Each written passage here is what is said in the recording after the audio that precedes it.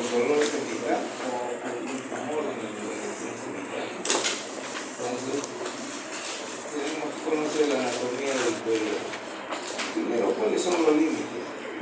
Los límites del cuello es el borde inferior del mentón, el borde inferior del mentón, el límite superior, luego el borde inferior de la mandíbula hasta el ángulo de la mandíbula. Entonces aquí, borde inferior de la región meridiana, borde inferior del cuerpo de la mandíbula, el ángulo de la mandíbula y del ángulo trazamos una línea a la apófisis mastoides, que está detrás del pabellón auricular. Ese es el límite superior en esta vista anterior. El límite inferior es la horquilla del esternón, el borde superior del manubrio esternal, la clavícula y el acromio. Entonces, esos elementos forman el límite inferior en esta vista anterior. Ahora, por detrás, vamos a tener aquí el acromio, una línea imaginaria del acromio a la apófisis espinosa de la séptima cervical. La séptima vértebra cervical, la apófisis espinosa. Ese es el límite inferior en la vista posterior. El límite superior en esta vista posterior tendríamos la apófisis mastoides aquí, la línea curvo-occipital superior y la protuberancia del occipital, se llama protuberancia occipital externa. Entonces todo esto que se hace, tanto el límite superior como el límite inferior en una vista posterior. Entonces el límite superior es el borde inferior del mentón, el cuerpo de la mandíbula, el ángulo de la mandíbula, y de ahí trazamos una línea hasta la apófisis mastoides. Esta es la apófisis mastoides, la base de la apófisis mastoides. Luego una línea imaginaria, una línea curva, una línea curva occipital superior, hasta la protuberancia occipital externa.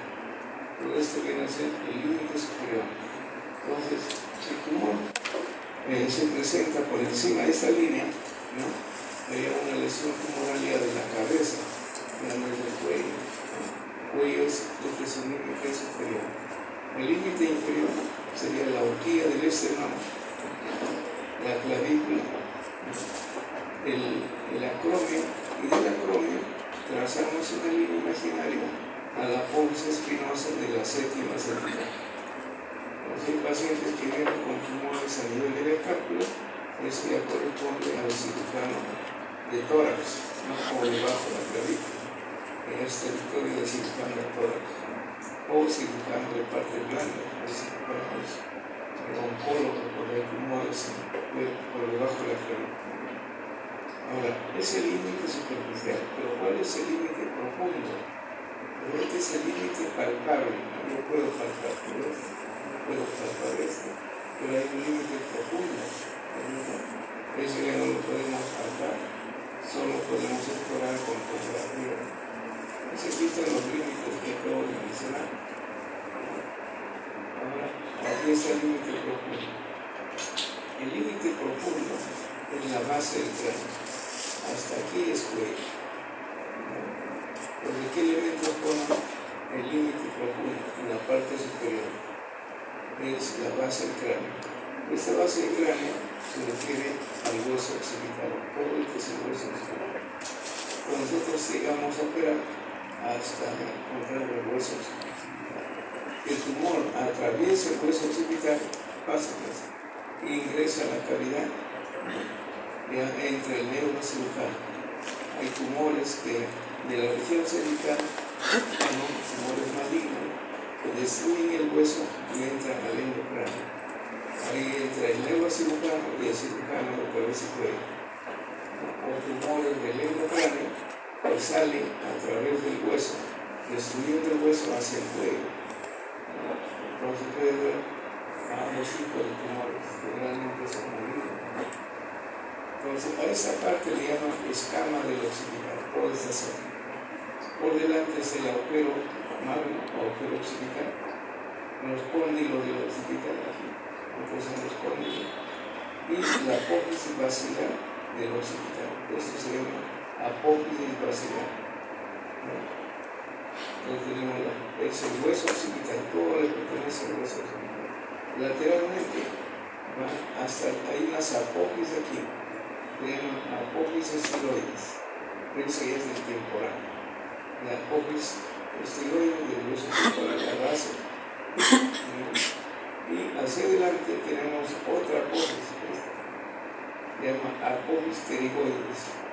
Estas apófisis pterigoides, donde está el número 3, le pertenece al esfenoides, ¿no? La base de la apófisis pterigoides, que le corresponde al hueso esfenoides. Entonces, esos son los límites de la base del cráneo, ¿no? Que es el límite profundo superior del cuello, hasta allí del cuello. Ahora, en la parte inferior, ¿cuál es el límite profundo en la parte inferior? En la parte inferior, el límite profundo, ¿no? Es el orificio superior del tórax.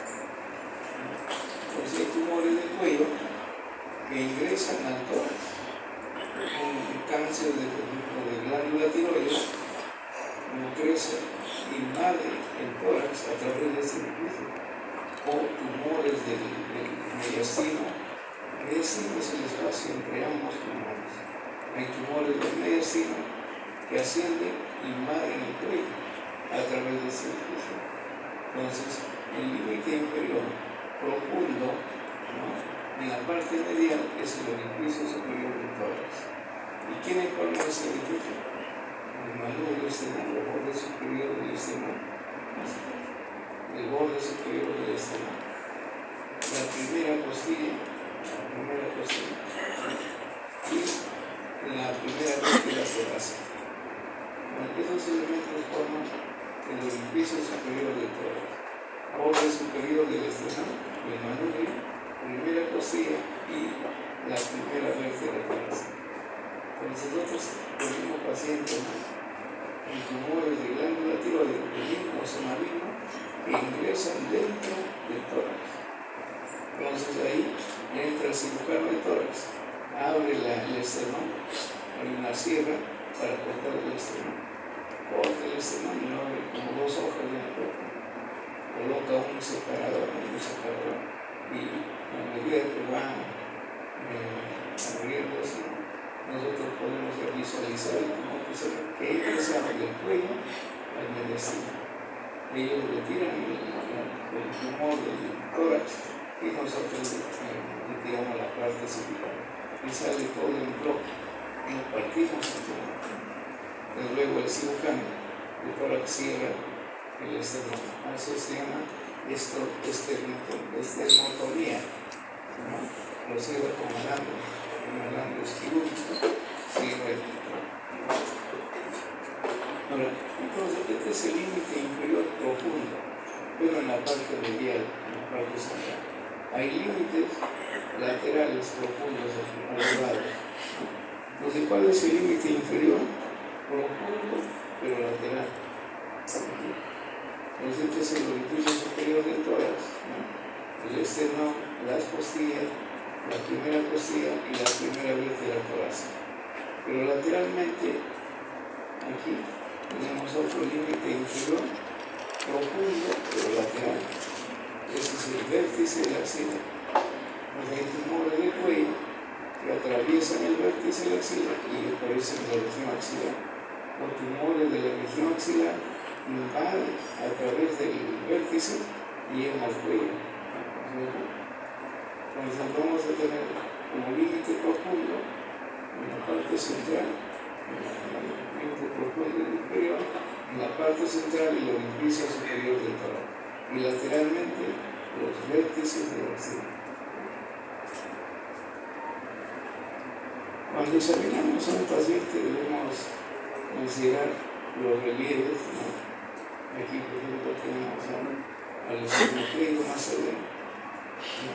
Nosotros no necesitamos disecar al paciente cuando examinamos. Entonces sabemos lo que significa cada relieve o cada depresión anatómica. Entonces aquí el borde anterior del esternocleido más severo del lado izquierdo, este del lado derecho, el borde anterior del trapecio, este es el músculo trapecio, y la clavícula. Y aquí tenemos una depresión que la fosa supraclavicular. Entonces, mediante la palpación debemos de conocer cada elemento, ¿no?, que forma un relieve o una depresión, y el contenido de cada zona. Esa es la anatomía de superficie que nos permite examinar a la paciente. Ahora, el cuello, ¿qué regiones tiene el cuello? El cuello tiene la siguiente región. Tiene una región cervical anterior, una región esternocleidomastoidea, una región cervical lateral y una región cervical posterior. A esa región cervical posterior se conoce como nuca, ¿no? Entonces hay 4 regiones en el cuello, ¿no? Cada región tiene sus límites, tiene su contenido, ¿no? Y hay tumores de cada una de estas regiones en base al contenido que tiene esta región, ¿no? Entonces, por ejemplo, aquí la región cervical anterior es esta. ¿Quiénes delimitan la región cervical anterior? Los músculos esternocleidomastoideo, la horquilla del esternón.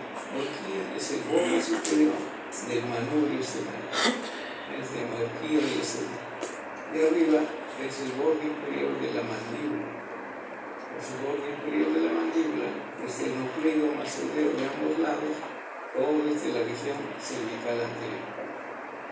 Y entonces, cuando el paciente viene, si presenta un tumor en la parte baja, ¿no?, eso debe ser la glándula tiroides, un tumor de glándula tiroides.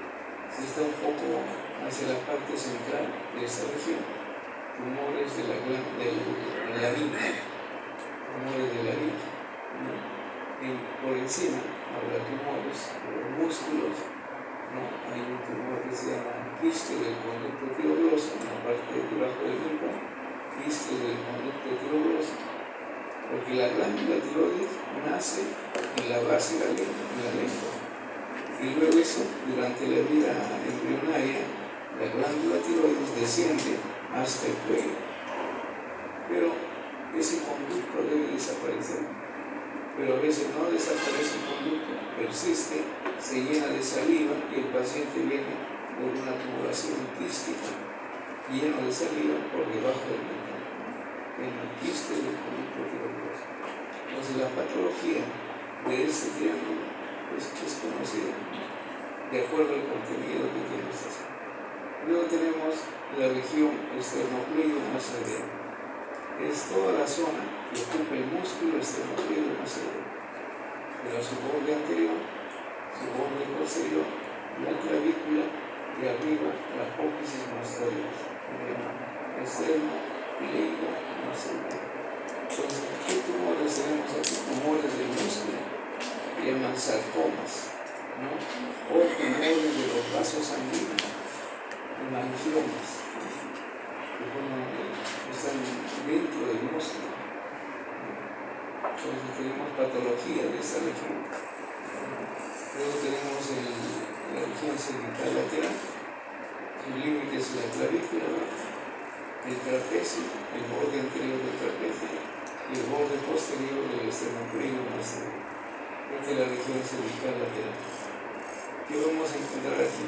Tumores del plexo brachial, hemangiomas, encontraremos aquí tumores de los músculos, sarcomas.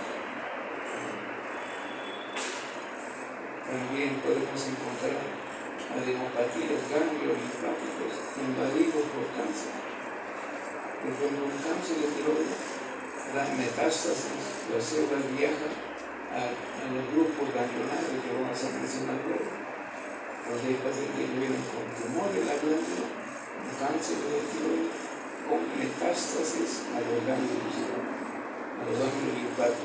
Y los ganglios linfáticos están distribuidos por grupos. Entonces se trata de sacar el tumor primario de la glándula tiroides, toda la glándula, y retiramos los ganglios linfáticos que han sido invadidos. Y en cada una de estas regiones hay grupos ganglionarios. Luego lo vamos a ver. La región cervical posterior Los límites, ¿no? La protuberancia occipital externa, la línea curva occipital superior, y aquí tenemos la apófisis espinosa de la séptima cervical, una línea imaginaria que va hacia la acrómia, hacia el límite inferior. Entonces, esta región cervical posterior presenta pocos tumores, ¿no? Si encontramos tumores aquí, es de grasa, se llaman linfomas, ¿no? El paciente viene con linfomas gigantes, ¿no? Como una almohada, ¿no? Desde aquí, y a veces el tumor va hacia la parte anterior, en ambos lados, como un collar. Entonces también operamos tumores, generalmente son benignos, son linfomas, con acúmulos de grasa, ¿no? Aquí casi no hay otro tipo de tumor. Sobre el límite de la región cervical posterior,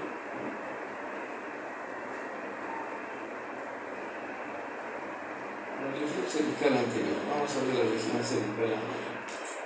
La región cervical anterior, los límites son el borde anterior del esternocleido macedero de un lado, el borde anterior del esternocleido macedero del otro lado, la horquilla del esternón y el borde de la nuca. Todo eso es la región cervical anterior.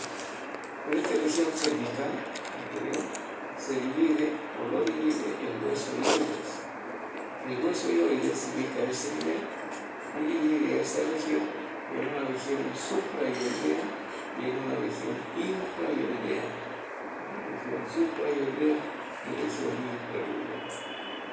Ese hueso ioides está suspendido por músculos hacia arriba, músculos hacia abajo.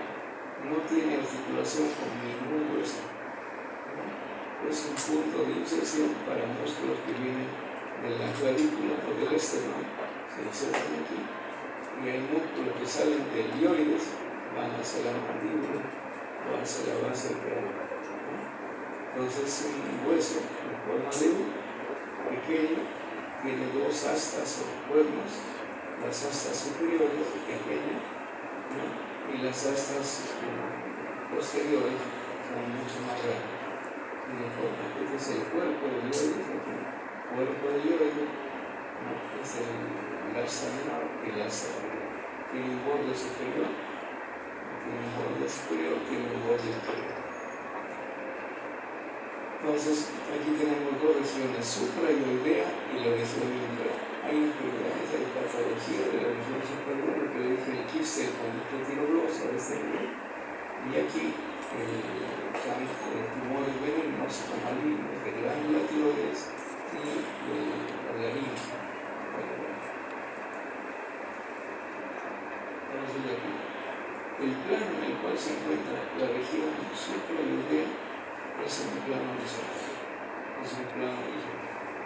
El plano de la región infraioidea es un plano vertical. No está en el mismo plano, está en un plano inverso. Entonces, cuando hacemos el corte en la región supraioidea, lo hacemos siguiendo el borde inferior de la mandíbula. Y cuando hacemos el corte para ingresar a sacar algún tipo de tumor en el cuello, se hace cortes transversales. Entonces, la cicatriz es menos evidente si hacemos un corte vertical. Nunca se hace cortes verticales en el cuello, todos son cortes transversales. Y aquí, paralelo al borde inferior de la mandíbula. Entonces, aquí tenemos músculos de la región supraioidea. Y aquí tendremos músculos de la región infraioidea. Entonces, primero vamos a ver en la región supraioidea. En la región supraioidea, aquí está el ioides, el asa mayor, su asa menor, el cuerpo del ioides, el cuerpo, el borde superior y el borde inferior. Entonces, por encima del ioides y por debajo de la mandíbula tenemos la región supraioidea. Entonces, aquí, ¿qué músculo vamos a poner? Tenemos este músculo que se llama digástrico. Tiene dos porciones. Aquí se llama vientre anterior, Porque este es el vientre anterior del gástrico, y este es el vientre posterior del gástrico. Y hay un tendón que lo sube, se llama tendón intermedio. Entonces es un músculo diferente a los que hemos visto en el miembro superior. Entonces tenemos vientre anterior del gástrico y vientre posterior. Y fíjense aquí, con el borde inferior de la mandíbula se pone un triángulo. Ese triángulo se llama el triángulo digástrico, ¿no? Triángulo digástrico. Pero como está debajo de la mandíbula, también se conoce como triángulo submandibular. Pero aparte de eso, dentro de ese triángulo va a ser una glándula, la glándula submaxilar, una glándula salivar. También se llama triángulo submaxilar. Entonces tiene tres nombres: triángulo digástrico, triángulo submandibular y triángulo submaxilar, por su contenido en la glándula submaxilar.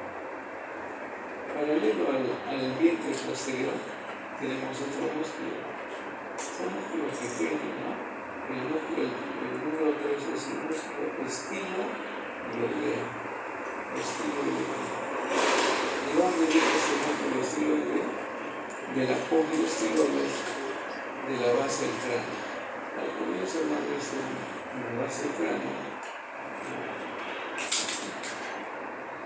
esto es la pons estiloides, ¿no? Como unos estiletes. Esta pons estiloides sirve para la inserción de tres músculos: el estiloideo que señalamos, el estilo glosa que va a la lengua y el estilo faríngeo que va a la faringe. De esa pons sale el tres músculos: estiloideo, estilo glosa y estilo faríngeo. Se llaman músculos estilios, ¿no?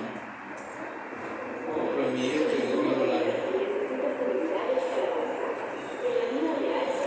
Entonces, aquí le damos el músculo estilo,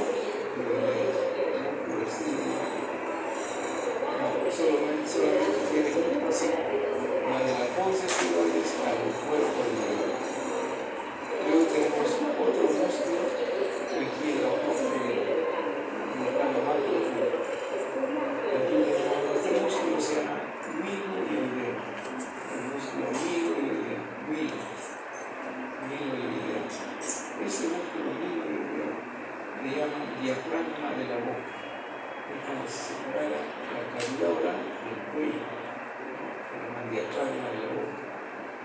El miloideo se inserta en la cara interna de la mandíbula. La mandíbula tiene una cara externa y por dentro tiene una cara interna. En la cara interna de la mandíbula hay una línea, se llama línea miloidea. Ahí se inserta el miloideo. Y estas fibras luego van hacia la línea media. Las fibras se encuentran en la línea media. La línea media se llama radio medio. Esta línea blanca se llama radio medio. Entonces el radio medio está formado por fibras del miloideo que se encuentran en la línea media. Pero las fibras más laterales del miloideo van al cuerpo del dedo. Entonces hay dos grupos de fibras. Un grupo de fibras que forman el radio medio, y el otro grupo, las fibras más laterales, llegan al cuerpo del dedo. Entonces es el miloideo. Hay otro músculo que se llama el semioideo. Un gran músculo de la región superior. Todos estos músculos son de la región superior. Entonces, para ver al semioideo, tenemos que abrirlo, agarrar el bisturí, cortar la línea media y hacia aquí otro corte y abrimos esto como una capa. En la profundidad, por encima de este músculo, está el semioideo. Entonces, el semioideo no se encuentra debajo del miloideo, sino está encima del miloideo, hacia la cavidad oral. Aquí, esta es la disección de esa zona. Aquí está el vientre anterior del digástrico, el tendón intermedio, el vientre posterior. Y aquí está el borde de la mandíbula, todo lo que es el borde de la mandíbula. es el triángulo diástico, triángulo submandibular o triángulo submaxilar. Aquí está el músculo estiloideo, el estiloideo. Este es el miloideo, el 4 es el miloideo, aquí está el otro es el miloideo. El 3, el que está aquí, el 3 es el estiloideo. Y aquí hay otro músculo, aquí el condilo, este músculo que está aquí, pero ya no le pertenece a la región superior. Es un músculo de la lengua que le llama el io glosa, es decir, io glosa. Es un músculo de la lengua, no es un músculo de la región superior. Ahora, tenemos que hacer un corte de este nivel para ver el otro músculo, el genioideo. Aquí estamos viendo ya por dentro de la boca, ya no estamos por debajo. Entramos por la cavidad, sacamos la lengua, sacamos la mucosa y encontramos este músculo que se llama así, se llama genioideo.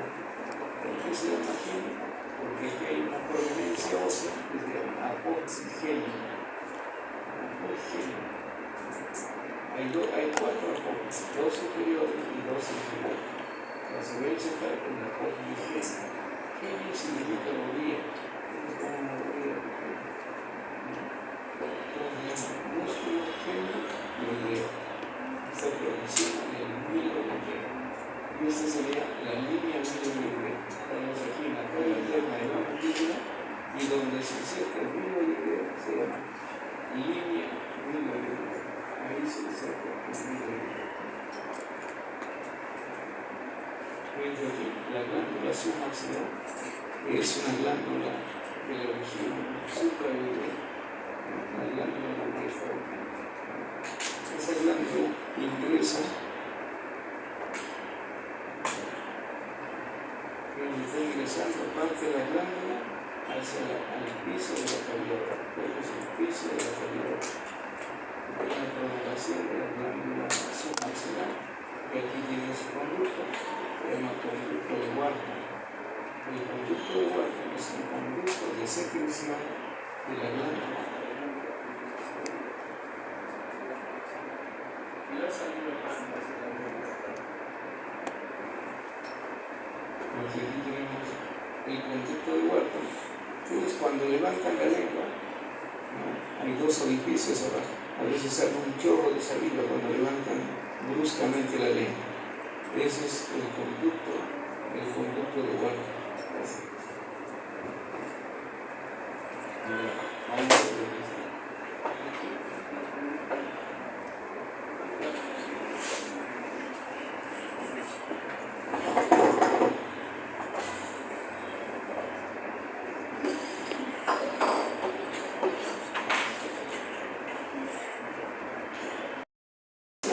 Se inserta en la mandíbula, cuando va hacia el cráneo y van a hioides. Cuando estos músculos se contraen, lo que sucede es que el hioides se eleva. Su función es elevar al hioides. Pero ¿para qué elevamos al hioides? El hioides está unido al cartílago tiroides acá. Este es el cartílago tiroides. A través de una membrana. La membrana se llama tiroidea. Entonces, al elevar el hioides, elevo al cartílago, y el cartílago tiroides es parte de la laringe. Entonces, al final, eleva la laringe. ¿Y para qué elevo la laringe? Aquí está. Este es el cartílago tiroides. Entonces, el hueso hioides está unido a través de esta membrana. Esta membrana es la membrana tiroidea. Entonces, ¿en qué momento se eleva la laringe? ¿En qué momento debe elevarse la laringe? Cuando pasamos la saliva. Ustedes agarran el cuello y pasan la saliva y van a sentir que la laringe sube y luego desciende, ¿no? Entonces, cada vez que pasamos el alimento, la laringe sube. ¿Por qué sube la laringe cuando pasamos el alimento? La laringe en la parte posterior tiene un orificio. Y por ese orificio solo debe entrar el aire, no deben entrar los alimentos, sino sigue los pulmones, ¿verdad? Ahora, detrás de la laringe hay otro órgano que se llama faringe. La faringe sí es una vía digestiva. La faringe continúa con el esófago y luego el estómago.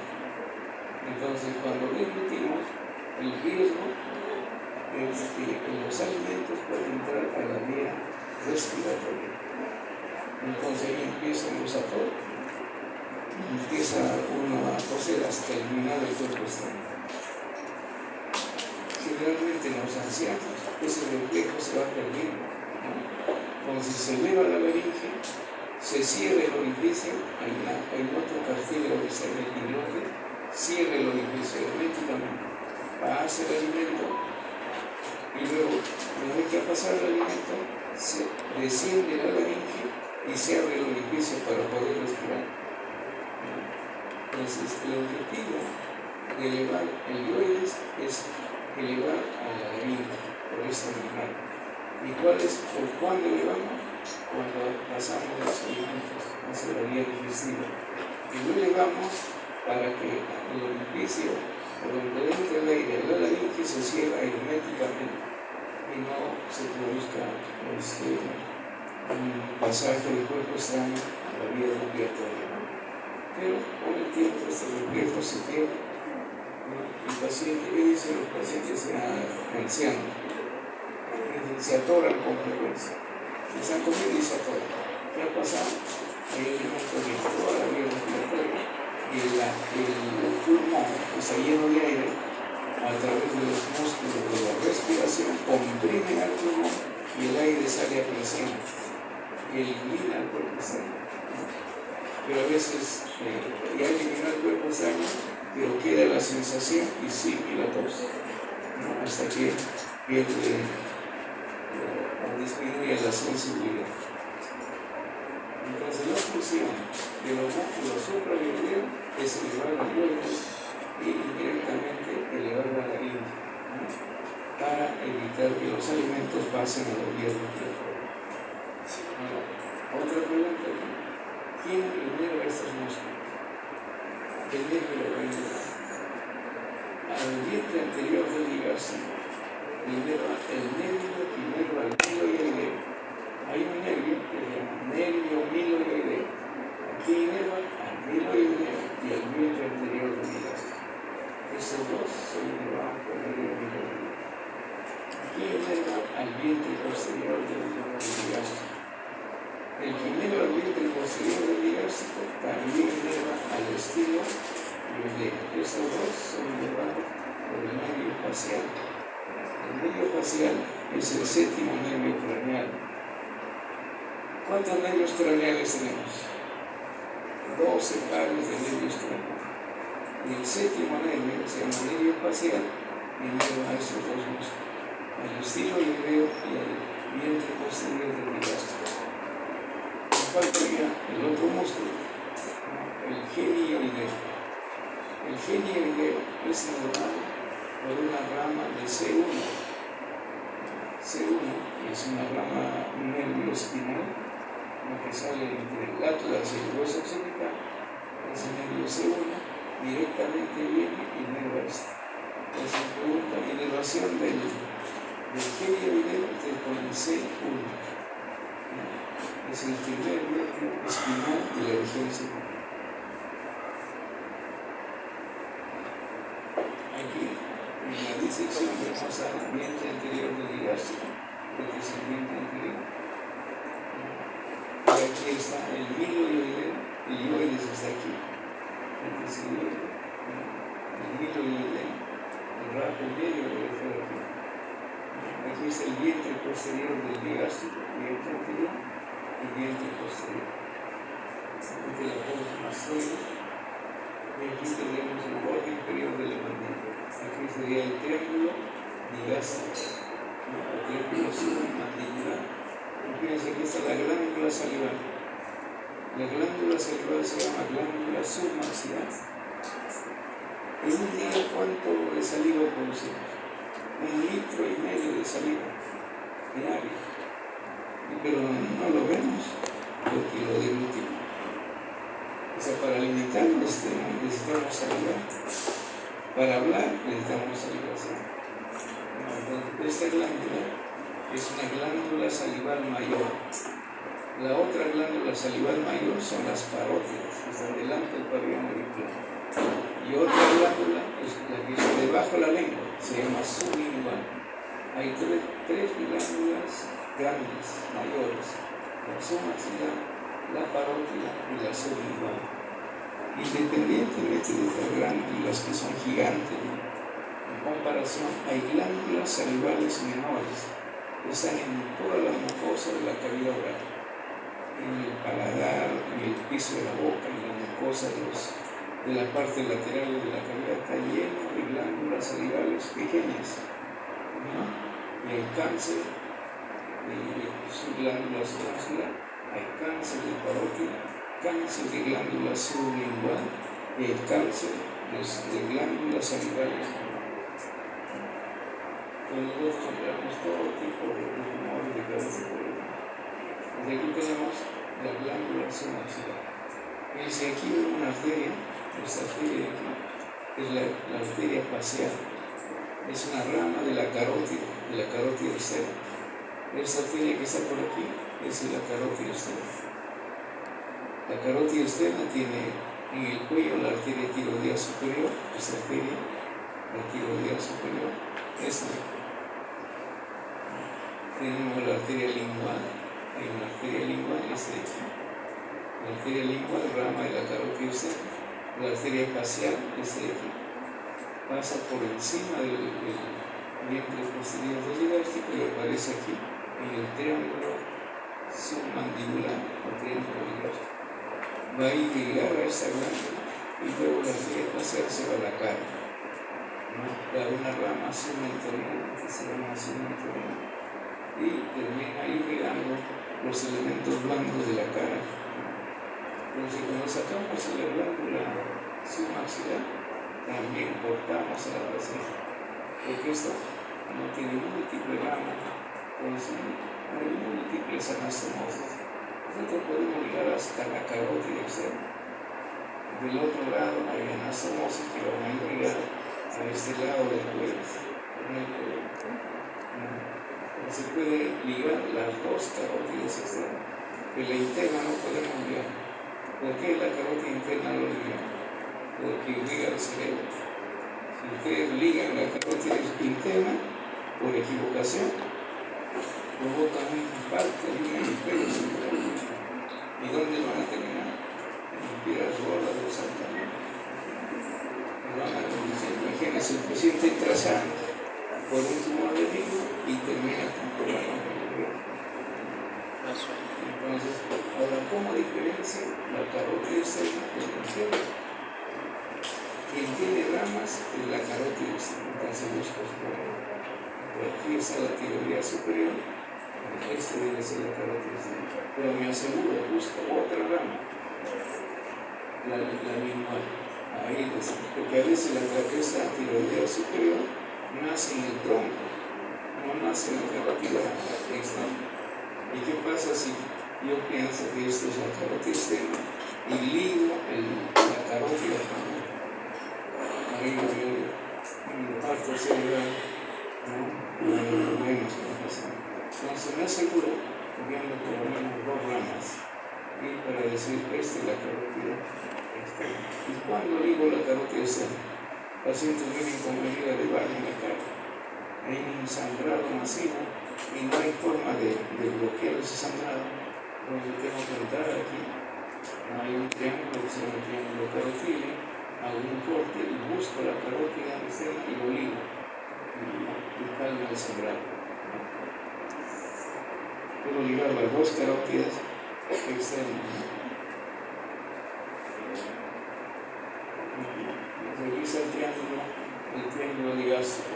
Este es el vientre anterior, el tendón intermedio y el vientre posterior. Aquí está la glándula submaxilar. ¿Qué más se encuentra en este triángulo? En este triángulo tenemos aquí el contenido del triángulo digástrico, el triángulo submandibular. triángulo submaxilar, por la presencia de la glándula. El contenido, aquí está el contenido. Levante esa glándula, ¿qué voy a encontrar? La vena lingual. La arteria no, la arteria va por otro plano. La vena lingual, el nervio hipogloso, el nervio lingual, el conducto de Wharton, el conducto de esta glándula, el conducto de Wharton, ¿sí? Todo eso es el contenido. ¿Qué pasa si el paciente tiene un cáncer de glándula submaxilar y yo tengo que sacar esto, ¿no es cierto? Y no me doy cuenta y corta el hipogloso? El hipogloso tiene pintadito, todo el glosólogo, ¿no?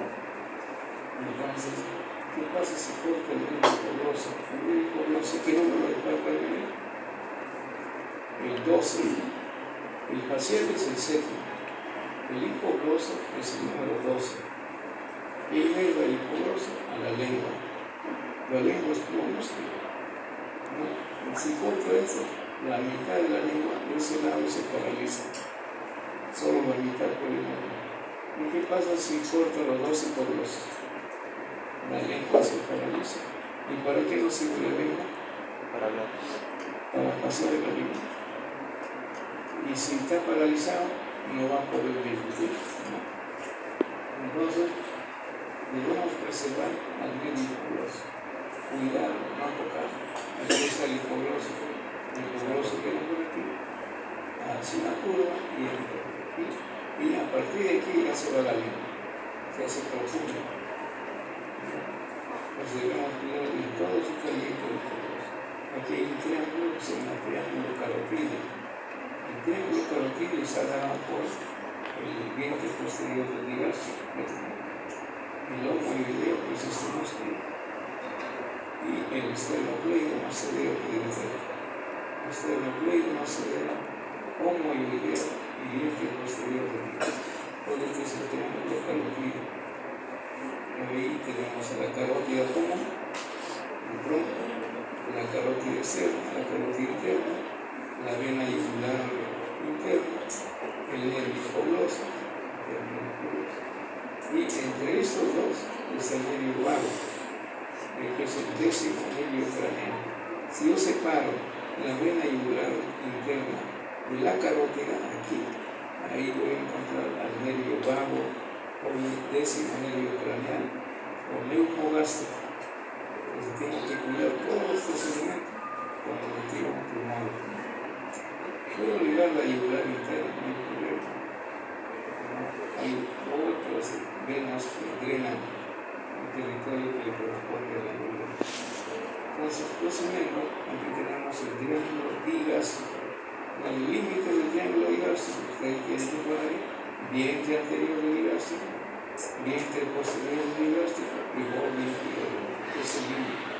Ahora les dice, a ver, contenido, la vena lingual, el nervio hipogloso, el nervio lingual, el conducto de Wharton, el conducto de la glándula submaxilar. ¿Y qué pasa si corto el nervio lingual? ¿Qué hace el nervio lingual? A la lengua, pero no le da movimiento. Quien le da movimiento es el hipogloso. Entonces, ¿qué información está llevando a recoger el nervio lingual? Información táctil. Ustedes sacan la lengua y se tocan, lo sienten. Entonces, el nervio lingual le da inervación sensitiva a la lengua. Pero además de eso, le da inervación gustativa, ¿no? Percibimos el gusto a través del nervio lingual, ¿no? Entonces no podemos lesionar a este nervio.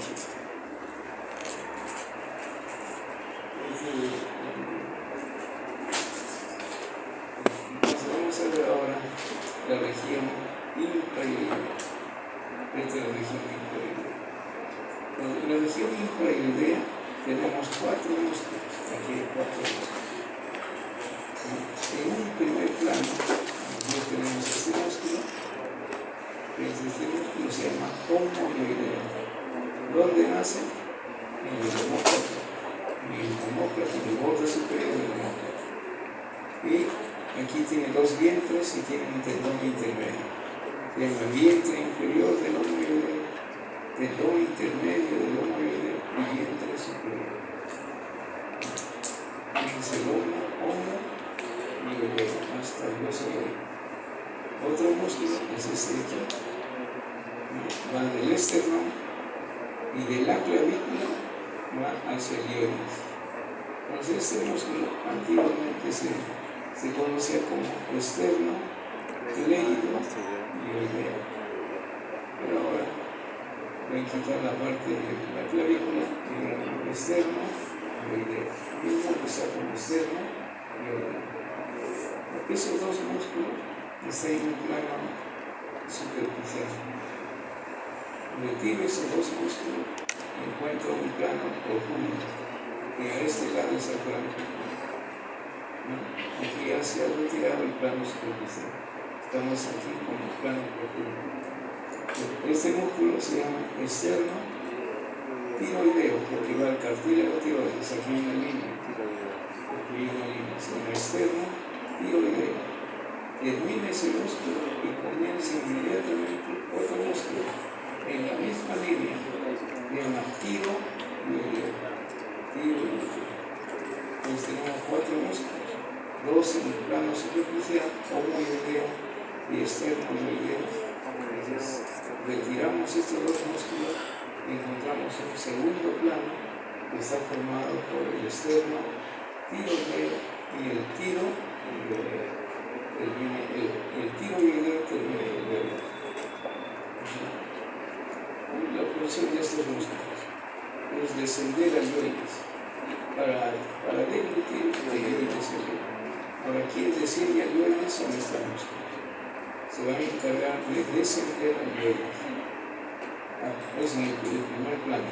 El segundo plano, cuando se contrae el externo tiroideo, desciende la laringe. El externo tiroideo va a descender la laringe. Y el tiroideo eleva la laringe. Este de aquí se encarga de elevar la laringe y el que está por debajo desciende la laringe. Entonces siempre está en relación a los movimientos de la laringe. Entonces es importante preservar la vía respiratoria. Entonces para eso existe este curso. Ahora, aquí es, ¿quién lo inerva?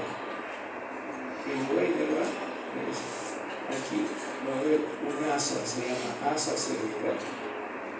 2 metros. Aquí desciende una rama de C1 por delante de la vena yugular interna. Esa vena se llama vena yugular interna. Es profunda. Entonces, hay una rama de C1 que desciende por el borde interior. Esa rama C1 se une con otra rama que está por fuera. Y la rama que está por fuera es la unión de C2 y C3. Entonces C2 y C3 se juntan y forman la otra rama. Y ambas se juntan. Ambas se van a amasar cerca al tendón intermedio del hombro iliaco. A este nivel se forma, se llama asa, como el asa de un palme. No, aquí por al revés, se forma el asa. Se llama asa cervical. Entonces me preguntan, ¿quién forma el asa cervical? Una rama descendente de C1 se une con la rama descendente de la unión de C2 y C3. ¿Y dónde? ¿A qué nivel se anastomosa? Por encima del tendón intermedio del hombro iliaco, abrazando a la vena yugular interna. De esa asa se llama asa cervical, el asa del palmo. De esa asa salen nervios al lomo iliaco. Una rama para el vientre superior, otra rama para el vientre inferior, del asa cervical, y otra rama para el externo iliaco, y otra rama para el externo tiroideo, pero menos para esta. Al tiroideo, a este músculo, le inerva una rama directa de C1. O sea, C1 va a inervar al genioideo, que lo habíamos visto por encima del medio, y C1 inerva al tiroideo, a este C1, rama directa. Y Lo demás viene de la sacerdotal. Ahora aquí ustedes ven, también ese espacio. Este espacio se llama triángulo de las traqueotomías, pero un lomo, es un lomo de las traqueotomías. Este espacio que queda aquí. El paciente se atraganta, ¿qué hace con un paciente iniciador? Tiene que hacer la maniobra de Helmholtz. Por detrás se comprime el tórax del paciente contra su tórax para eliminar el aire que está en los pulmones, y ese aire a presión, al ser comprimido, sale a presión y puede empujar al cuerpo sano. Pero tienen que agarrar el paciente por detrás, se entran y lo abrazan por detrás y comprimen su tórax contra el de ustedes, con todas las fuerzas. Pueden romper las costillas, no importa, pero el paciente lo olvida. Y si no, 4 minutos está muerto el paciente, si no elimina el cuerpo sano. Tienen 4 minutos, ¿no? Y el paciente no habla, porque al atragantarse, la vía respiratoria está obstruida, tampoco puede hablar, solo se hace ademán. Y ustedes ven que va cambiando de color, se va poniendo morado, pierde conocimiento y se muere, si no hace nada. Entonces inmediatamente agarrarlo por detrás y comprimir su tórax contra el tórax de ustedes, ¿no? Y se queda un niño pequeño en la casa, se sienta en una silla cuando están sentados, al niño lo ponen boca abajo contra su rodilla, ¿no? Encima de sus rodillas, pero con tórax, ¿no? Sobre sus rodillas, parte anterior, y le dan un golpe entre las espaldas, un golpe, pero no en el cuello, no un golpe, sino un golpe ahí entre las dos escápulas, con toda su fuerza. Y el aire que está dentro de los pulmones va a salir y va a eliminar el cuerpo. Y lo salvan a vivir. ¿Y qué pasa si es un familiar? Entonces, entran en internet, buscan agricultores para hacer la maniobra de Helmholtz. En cualquier momento se va a presentar. Y a mí me pasó con un primo, ¿no? A él igual. Estaba comiendo y se atoró. Yo me cuento, ¿no? Y él se paró y me empezó a hacer señas, ¿no? Y veía que cambiaba, después empezaba a transpirar. Y ahí me di cuenta, bueno, y lo abracé y hice la maniobra. Y botó el cuerpo sano. Y se salió. Entonces, en cualquier momento sucede eso. O a veces están tomando trago, y se quedan dormidos con comida en la boca. Y se caen y aspiran a caerse. Así que lo que le gusta el trago, no deben comer. Entonces, en cada región inferior, acabamos de mencionar la región inferior, el homoideo, el externo ioideo. Aquí está el rombo de las traqueotomías. Si me preguntan, ¿quiénes forman el rombo de las traqueotomías? Desde aquí, el borde interno del externo tiroideo, hasta aquí, borde interno del externo tiroideo. Y aquí, borde interno del externo ioideo. Entonces, borde interno del externo tiroideo, con una B. Y aquí se encuentra con el borde interno del externo ioideo. Entonces, esos dos músculos, de ambos lados, forman el rombo de las traqueotomías. Entonces, hay dos tipos de traqueotomía, o dos zonas donde se hace. Puede ser en esta membrana, perdón, aquí, esta membrana blanca se llama tricotiroidea, membrana tricotiroidea. Porque estos dos cartílagos, el cartílago tiroides y el cartílago cricoides, le pertenecen a la laringe, son cartílagos de la laringe. Y este cartílago de la laringe está unido al otro, al cartílago tiroides, a través de esta membrana. Se llama membrana tricotiroidea. Entonces, podemos hacer la traqueotomía en esta membrana, ¿no? Generalmente son traqueotomías de emergencia. El paciente se atraganta, le hacen la maniobra, no funciona, buscan un objeto cortante y le hacen un corte y le vienen. Pero tienen que conocer que esto es la membrana. A ver, estiren el cuello y palpen esta escotadura. Vienen del mentón, van descendiendo y busquen esta escotadura, pero tienen que hiperextender su cuello y llegar hasta y ahí palpen esta escotadura. Se palpa la escotadura y luego descienden, aquí hay un borde, y luego de pronto hay una depresión y después una prominencia. Entre esta prominencia y esta hay una depresión, se llama la membrana cricotiloidea, ahí se hace la trabetomía de emergencia. Es más fácil en los varones, no puede ser un laringe más prominente. Entonces, ahí deben hacer, aquí haría un corte vertical, cortan piel, la grasa, aquí no hay arterias grandes, no va a haber un sangrado que están cortando la piel, y luego cortan la membrana, y por ahí colocan, rompen un lapicero, le quitan el refresco, y colocan la punta del lapicero, y por ahí empiezan. El debido a una emergencia ya retirarán el progesterona. Pero por eso tienen que tener un objeto cortante. Yo como alumno andaba con mi hoja de bisturí nueva cuando entré, pero nunca tuve oportunidad de hacer trabetomía. Pero sí la maniobra.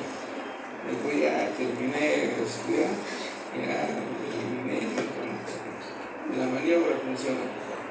No tienen que cortar nada. Ahora, la traqueotomía baja se hacen los primeros anillos traqueales. Este se llama traqueotomía alta en la membrana cricotiloidea y en los anillos traqueales se llama traqueotomía baja. Esa traqueotomía baja se hace en sala de operación, en la cama del paciente, con la enfermera, ayudante, instrumento, ¿no? Hacemos traqueotomía. ¿Cuándo hacemos traqueotomía baja? Pues que tiene un cáncer de laringe. El cáncer de laringe está cerrando la vía respiratoria, pero no lo cierra de un día para otro. Lentamente lo va a hacer. El paciente ya viene con dificultad respiratoria. Pedimos una tomografía y hay tumor dentro. Hay que hacer una traqueotomía por debajo de la obstrucción. El tumor está a este nivel, pero por detrás del cartílago. Entonces hacemos un orificio aquí para que le lleven y salga por los ojos. Entonces hay dos tipos de traqueotomía. La traqueotomía alta en la membrana cricotiloidea.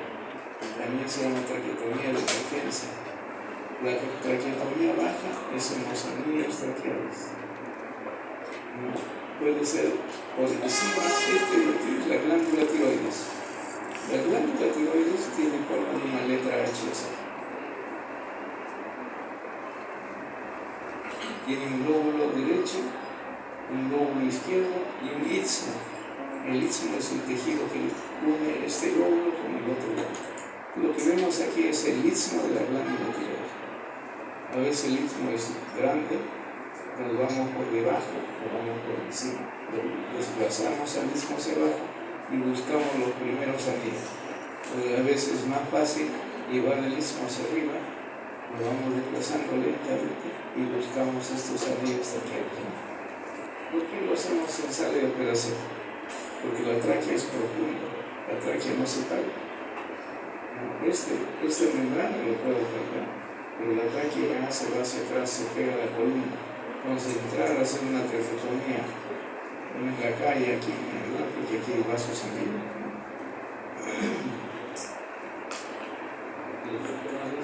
Ahí están los músculos en el primer plano.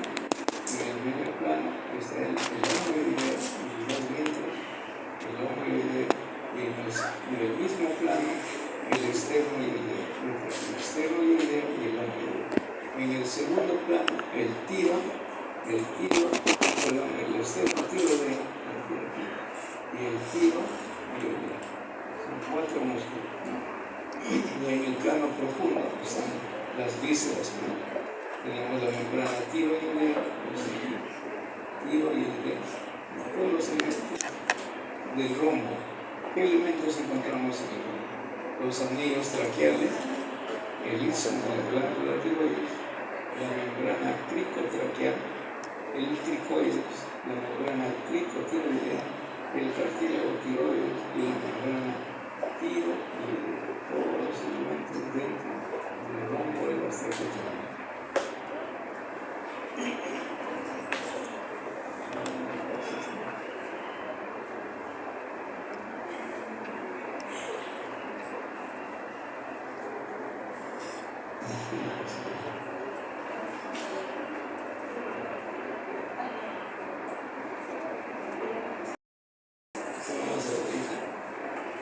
Anillos traqueales, el cartílago cricoide, la membrana cricotiroidea,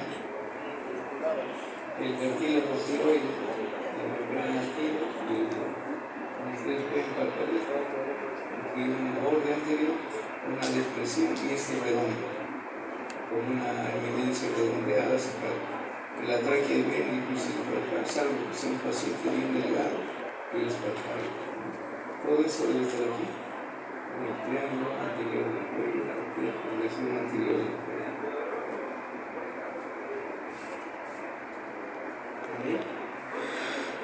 Ahí sí se palpa. Ahí se visualiza, no hay necesidad de palpar. Aquí está la escotadura, no hay paciente como el varón que tiene una prominencia del cartílago tiroides. Aquí es fácil. Ven aquí la escotadura, la prominencia y aquí hay una depresión. Ahí estamos en la membrana cricotiroidea. Hay pacientes que no les gusta tener una prominencia.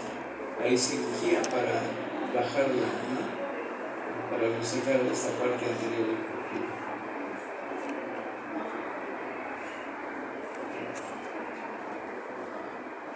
Aquí está el rombo de la traqueotomía. Es el rombo de la traqueotomía. Aquí se hizo una traqueotomía baja. Se hace un orificio en los primeros anillos de la tráquea. Se coloca una cánula de traqueostomía. La cánula de traqueostomía tiene un balón por dentro, ¿no? Ese balón se puede inflar a través de esto. La idea es que el aire ingrese y sale. ¿Por qué ponemos esto? A veces el tumor está sangrando y la sangre se está metiendo en los pulmones, ¿no? Entonces al inflar el cabo, la sangre ya no pasa lo que se queda aquí y lo puede eliminar el paciente. Entonces, en esos casos inflamos esto. Pero si el paciente me está sangrando, ¿no? Y solamente requiere aquí el tumor alejar un espacio muy pequeño, porque el aire tiene que entrar por aquí. Estas son las cuerdas vocales. Entonces, el aire entra por aquí, es la vía respiratoria de laringe, desde laringe, tráquea. Y por detrás está la faringe, esta es la faringe. Y aquí está, sigue siendo la faringe, que está colapsada. Cuando hay alimento, esto se abre, ¿no? Y luego va hacia el esófago. Entonces, en el momento en el cual están pasando los alimentos, este orificio se debe cerrar herméticamente. ¿Y quién lo cierra? La epiglottis, este cartílago lo cierra herméticamente. Entonces el alimento va a la vía.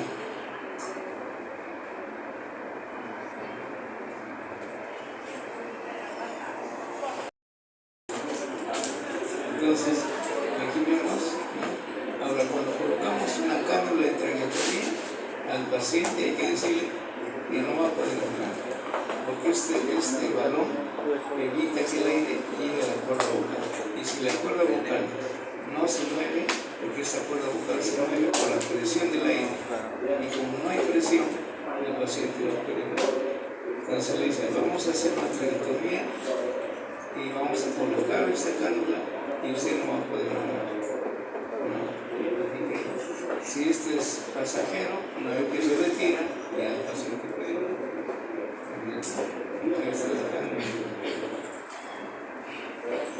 Vamos a ver la inervación de la piel del cuello. ¿Qué inerva la piel del cuello? El cuello tiene doble inervación, ¿no? La cara anterolateral es esta cara anterior y la cara lateral del cuello tiene inervación por el plexo cervical. En cambio, la cara posterior del cuello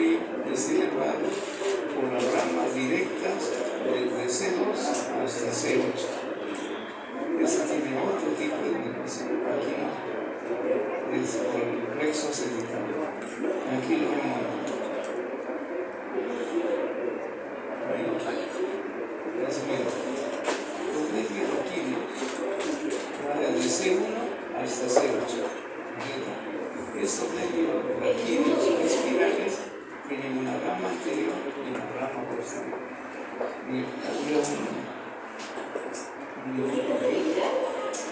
si tenemos la médula espinal, esta es la médula espinal. La médula espinal tiene una raíz sensitiva y tiene una raíz motora cerca de la médula.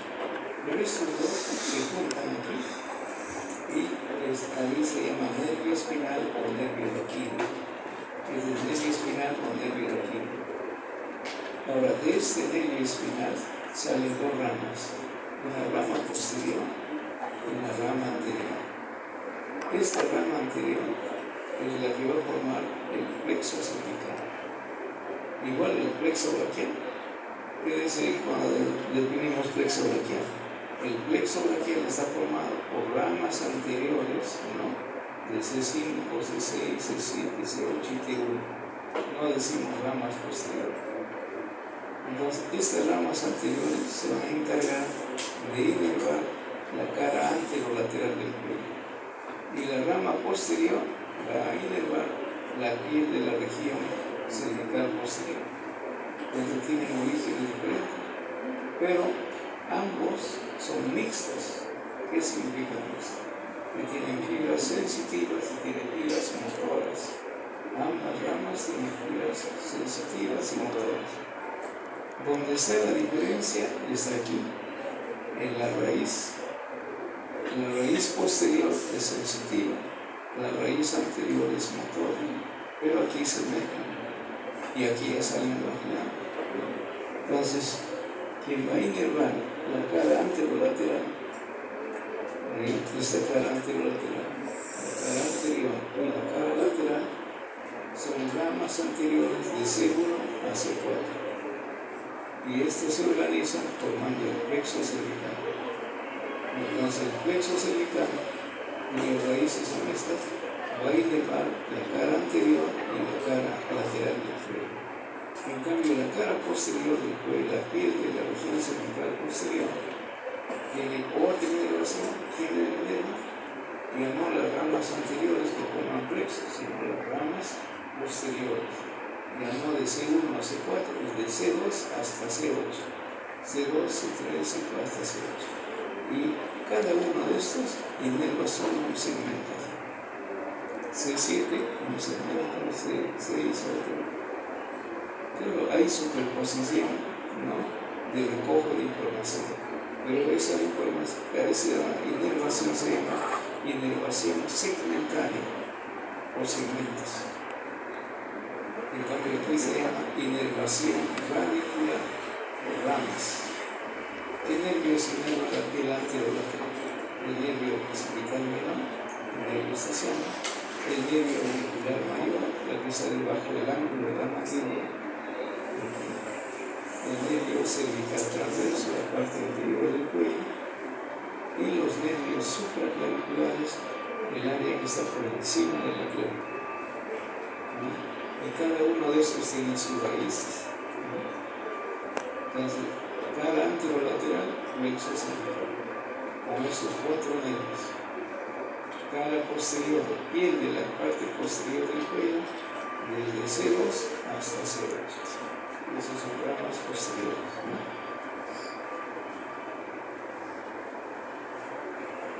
Entonces, ahora en la práctica, ¿cómo ubico ese nervio? ¿Por dónde salen? Porque tienen que salir de la profundidad, salen desde la columna vertebral.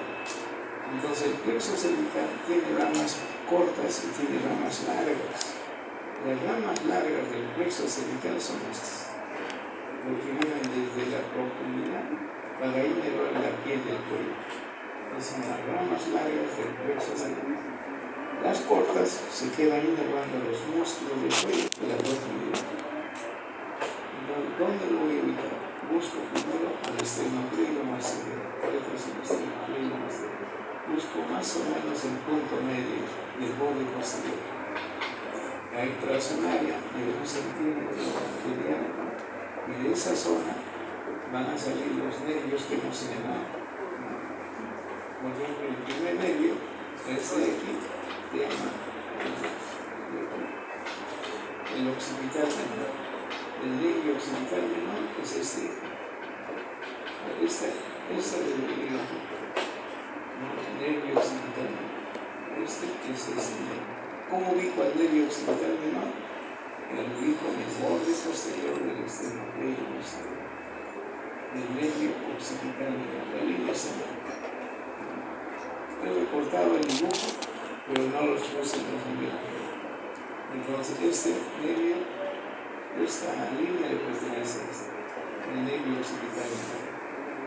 Luego viene este que está aquí adelante, es este, el nervio auricular mayor. Este es el nervio auricular mayor. ¿Cómo ubico el nervio auricular mayor? Busco este punto medio y trazo una línea con dirección al pabellón auricular. Ahí, ese es el trayecto del nervio auricular mayor. ¿Qué va a ir debajo? El pabellón auricular, parte del pabellón.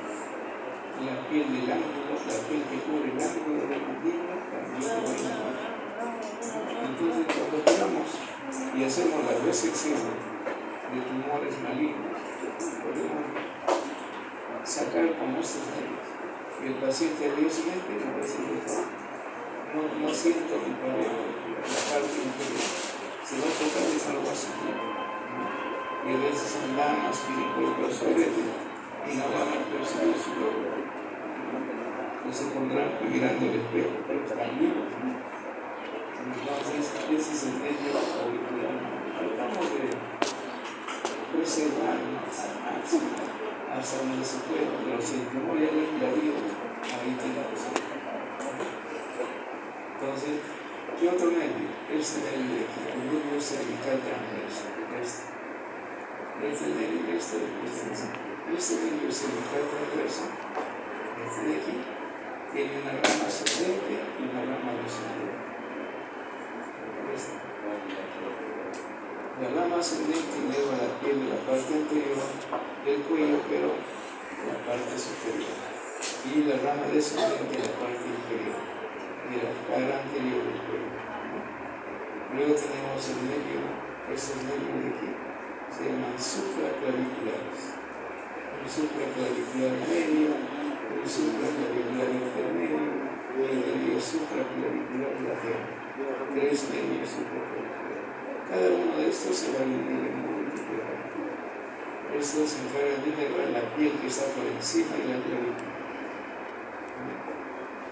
Entonces, este es el plexo cervical superficial. Si me preguntan cuáles son las ramas del plexo cervical, el nervio occipital menor, el auricular mayor, el nervio cervical transversal y los nervios supraclaviculares.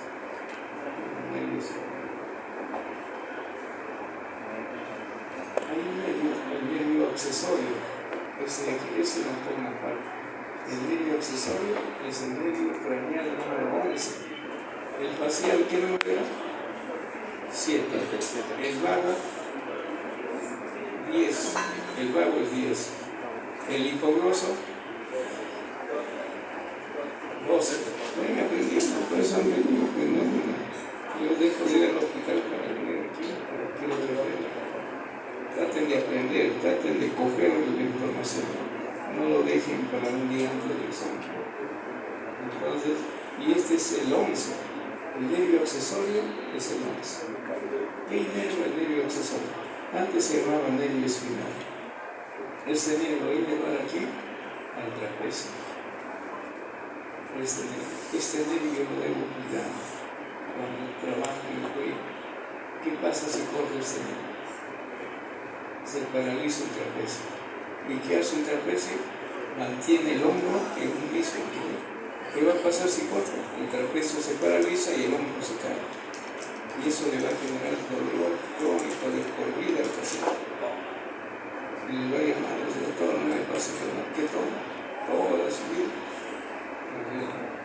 Entonces, para evitar ese problema, hay que cuidar esto. Lo cuidamos. Y lo primerito, abrimos el cuello. Si trabajamos este nivel, lo disecamos, lo limpiamos, le ponemos una sutura, ¿no? Y el paciente le decimos, vas a cuidar esto. Pues el paciente todo el tiempo está mirando, porque al tratar de sacar el tumor, nos olvidamos del nervio.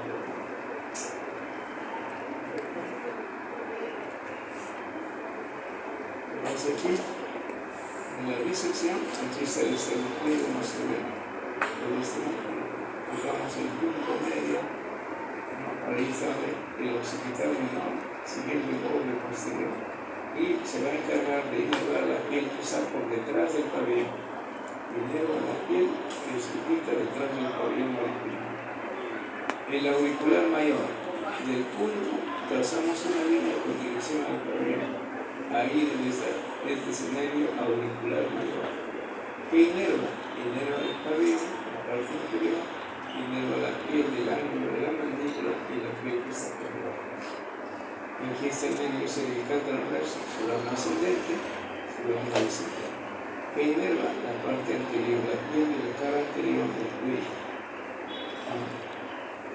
Y la rama supraclavicular, se puede 1, 2, 3 ramas supraclaviculares. Inervan la piel que está por encima de la clavícula, inervan la piel del hombro, inervan la piel de la región pectoral, se va hasta el tórax, hasta el hombro. Y el nervio que debemos preservar es este, el nervio accesorio o el nervio espinal. Eso está debajo de la piel, inmediatamente debajo. Ahí tenemos en el otro lado, ¿no?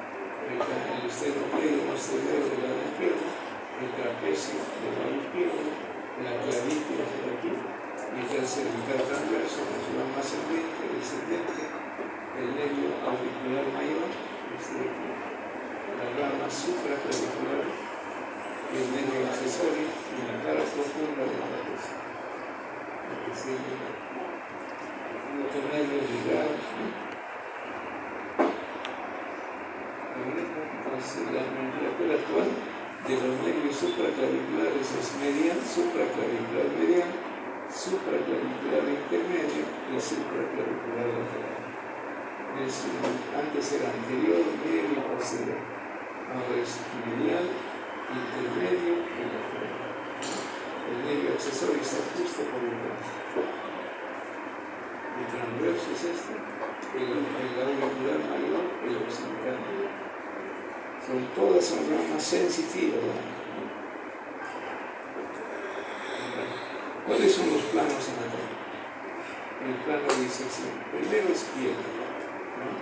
Retiro la piel y encuentro el tejido graso. Tejido es el brazo cutáneo. Para la nomenclatura que usa el doctor, ¿no es cierto? Tejido celular subcutáneo es igual, equivalente a fascia cervical superficial. Y dentro de ese tejido celular subcutáneo, ¿qué vamos a encontrar? Al músculo platísimo, este músculo.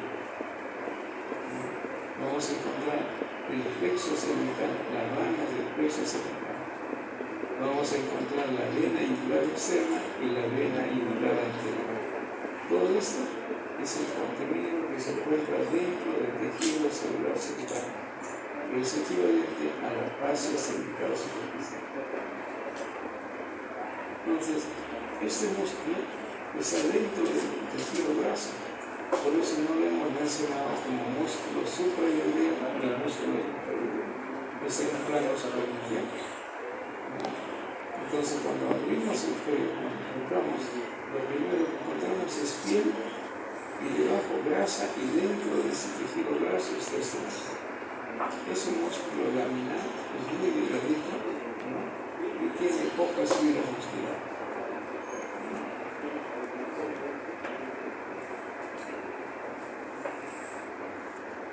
Ahí vemos el músculo cutáneo del cuello o platizo, de un lado y del otro lado.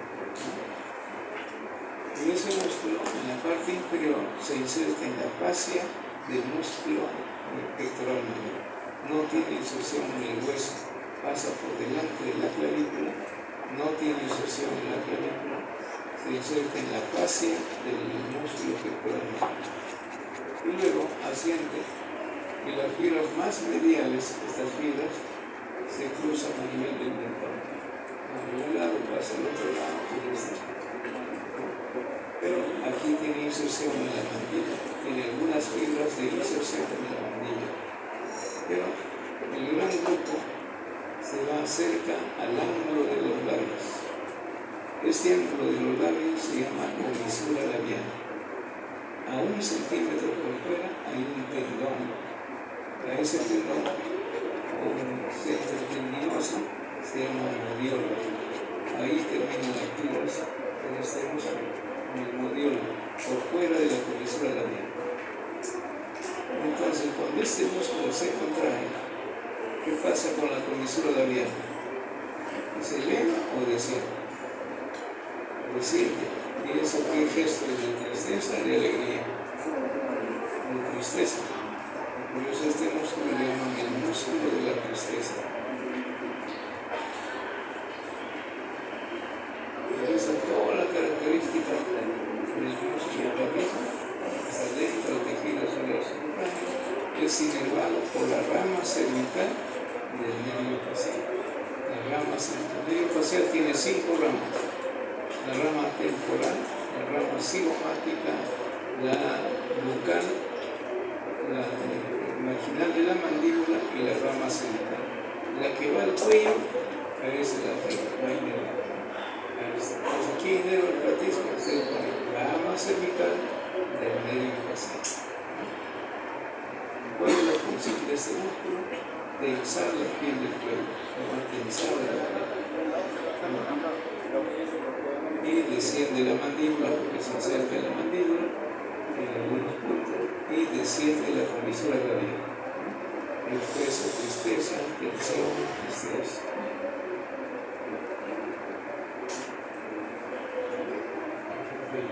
Descendiendo la comisura labial, desciende la comisura labial. En las personas ancianas, cuando se desprende el músculo platísimo del plano profundo, aquí queda su borde anterior del platísimo.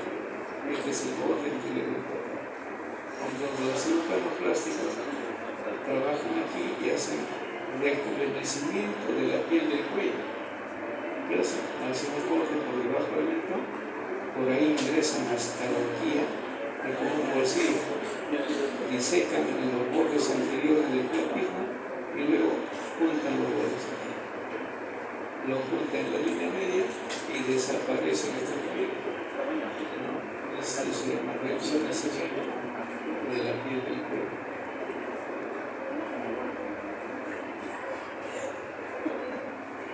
Entonces, ahora, antes hablamos de la fascia cervical superficial. Hay otra fascia que está por debajo, con un plano más profundo, se llama fascia cervical profunda. Entonces, hay 2 fascias para el traductor. La fascia cervical superficial y la profunda. Pero la fascia cervical profunda tiene 3 láminas. Esta es una lámina. La primera lámina, la más superficial, es esta que está pintado de blanco. Esa se llama lámina de revestimiento. ¿Dónde se inserta? En los límites del cuello, en la parte superior y en la parte inferior. Es como un cilindro que envuelve el cuello. ¿No? A eso se llama fascia cervical profunda, pero lámina de revestimiento. Debe haber 3 láminas. Esta es la de revestimiento. El revestimiento, porque cubre, está envolviendo a todos los elementos del cuello y además va a envolver al esternocleido mastoideo y al trapecio. Va a cubrir a estos dos músculos, tanto por su cara superficial como por su cara profunda. Entonces, si nosotros comenzamos aquí con esta fase, la lámina de revestimiento, vamos hacia afuera, se encuentra con el borde anterior del esternocleido mastoideo y esa hoja se abre en 2 hojas, uno para la cara superficial del músculo y otro para la cara profunda del músculo. Lo abraza, lo envuelve, lo empaqueta al esternocleido mastoideo hasta su borde posterior. En el borde posterior se vuelve a juntar las 2 hojas y continúa con una hoja hasta encontrar al trapecio. Cuando encuentra el trapecio, esa hoja única se vuelve a desdoblar. Una hoja superficial para la cara superficial del músculo y una hoja profunda para la cara profunda del músculo.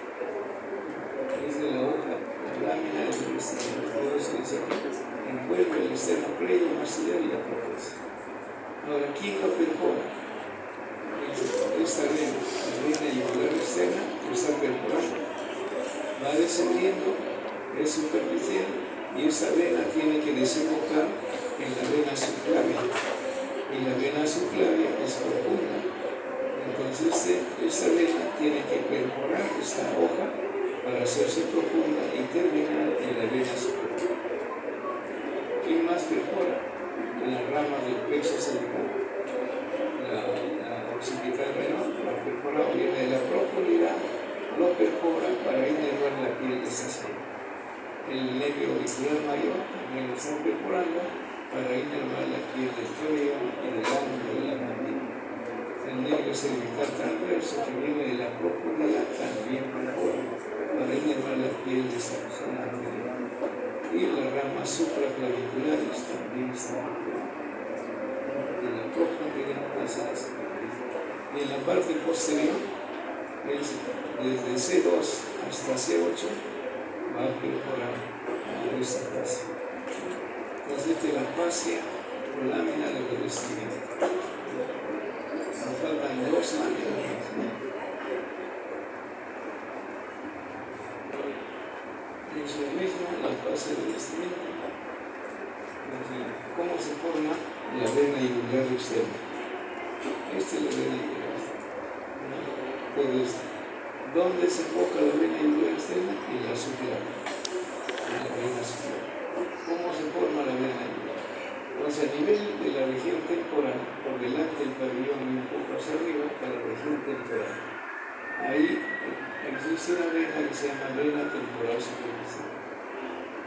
De la parte profunda de la cara nace la vena maxilar inferior. Estas dos se juntan y forman la vena retromandibular, detrás de la mandíbula, delante del pabellón, vena retromandibular. Esta vena retromandibular se divide en 2 ramas, una rama anterior y una rama posterior. La rama posterior se une al nervio auricular posterior, a la vena auricular posterior. La vena auricular posterior se une con la rama posterior de la retromandibular a la altura del ángulo de la mandíbula, y ahí nace la vena yugular externa. Entonces le pregunto, ¿cuál es el origen de la vena yugular externa? Es la rama posterior de la retromandibular o la vena auricular posterior. Entonces esta cruza por fuera del esternocleido maxilar, luego perfora la lámina de revestimiento y así se profunda para desembocar en la subclavia. La vena yugular anterior es otra vena, nace en la región suprayoidea, por venas pequeñas, luego desciende en forma paralela a la línea media, luego se hace profunda, perfora la fase de la lámina de revestimiento, pasa por detrás del esternocleido maxilar y termina en la vena yugular externa. Termina aquí. Es la vena yugular anterior. Pero hay una vena más profunda que es la yugular interna. Esta es una vena superficial. ¿Cuáles son los triángulos del cuello? Los triángulos del cuello.